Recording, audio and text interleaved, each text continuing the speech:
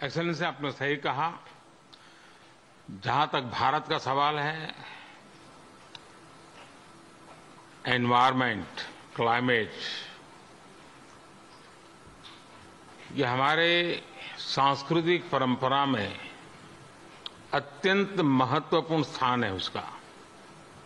हमारे लिए एनवायरमेंट ये आर्टिकल ऑफ फेथ है।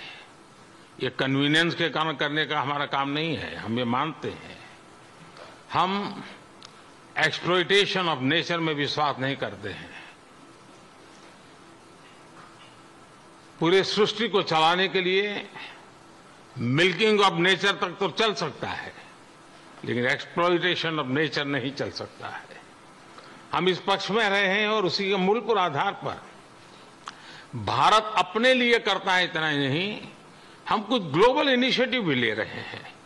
आपको मालूम है, G20 देशों ने पेरिस में जो प्रॉमिस किया था, सभी G20 देशों में अकेला हिंदुस्तान है जिसने पेरिस में जो प्रॉमिस किए थे वो सारे प्रॉमिस पूरे किए हैं।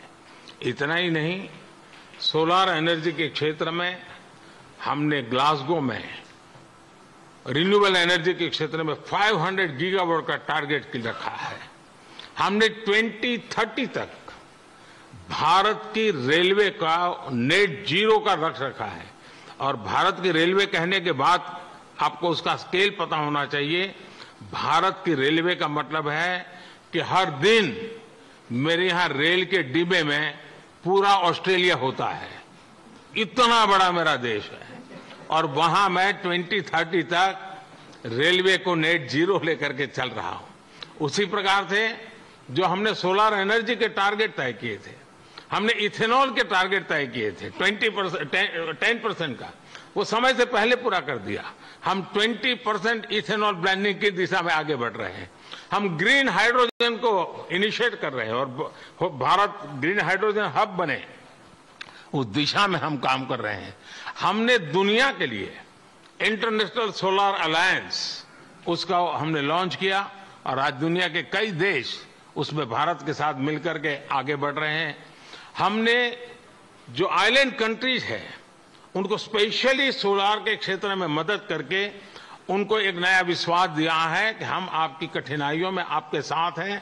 भावी किसी भी संकट के लिए हम आपकी चुनौती को पार करने के लिए हमारी जिम्मेवारियां निभाएंगे, आपको भी मदद करेंगे।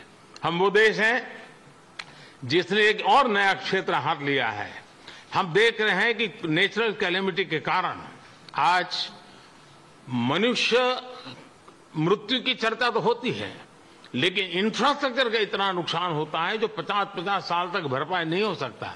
और इसलिए ये जो क्लाइमेट चेंज के कारण जिस प्रकार का संकट आ रहा है, तो ऐसा इंफ्रास्ट्रक्चर बनना चाहिए जिसमें रेजिलियंस हो। और इसके लिए CDRI हमने एक ग्लोबल ऑर्गेनाइजेशन को जन्म दिया है।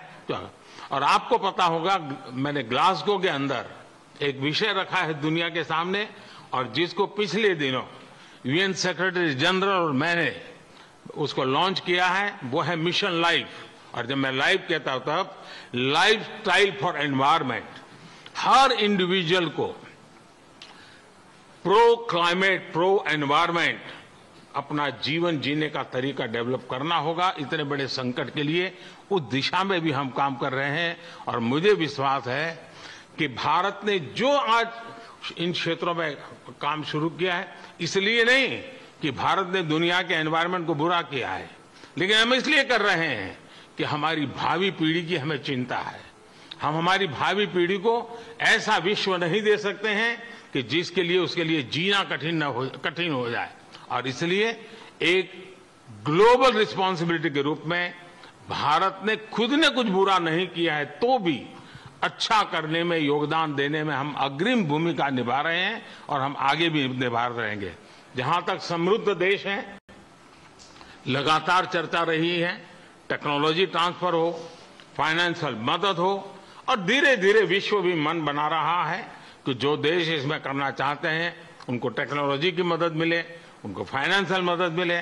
हम प्रतीक्षा कर रहे हैं कि जितना जल्दी इस विषय में आगे बढ़ेंगे, दुनिया को इस संकट से हम जल्दी से मुक्त कर पाएंगे। धन्यवाद। Let me add one thing to that. We have caused damage in the United States the way we developed over the last 300 years. And that's why I was able to convince my colleagues in the Congress to pass legislation, the largest climate fund ever in American and the world history, $369 billion. $369 billion to deal with the climate crisis. And we're doing it extensively now, and I think you're going to see significant progress. Thank you all very, very much.